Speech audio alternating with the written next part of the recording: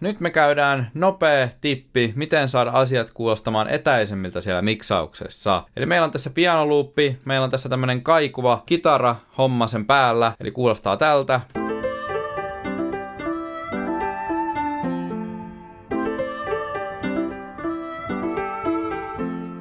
Elikkä meillä on tuossa kitarassa jonkun verran reverbiä, siellä on Valhalla vintage-verbi ja piano on ihan täysin kuiva. Eli miten me saadaan luotua lisää etäisyyttä näiden välillä taajuuskorjaimella? Moni varmaan lähtisi tekemään sen perushomman, otetaan vähän yläpäästä ja alapäästä pois näin. Joo, se on ihan toimiva tapa myös, mutta se ei mun mielestä ainakaan luo niin hyvin sitä etäisyyden tuntua siellä miksissä. 1500 Hz alue, tää on siis se alue, mistä meidän korvat käytännössä käsittää, että kuinka lähellä asiat on. Eli kohtuu leveällä groove-alueella ennen reverbiä otetaan sieltä ihan reilusti sitä 1500 Hz aluetta pois.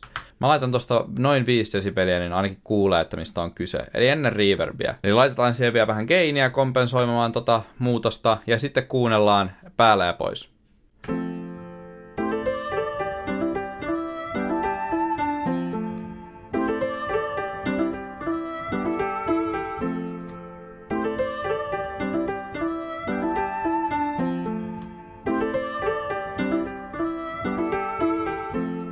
Eli kuulostaa aivan selkeästi paljon etäisemmältä ja kuulostaa siltä, että se on paljon kauempana siellä miksissä. Eli tätä voi käyttää myös ilman reverbiä, jos haluaa jonkun asian sinne takataustalle soimaan, niin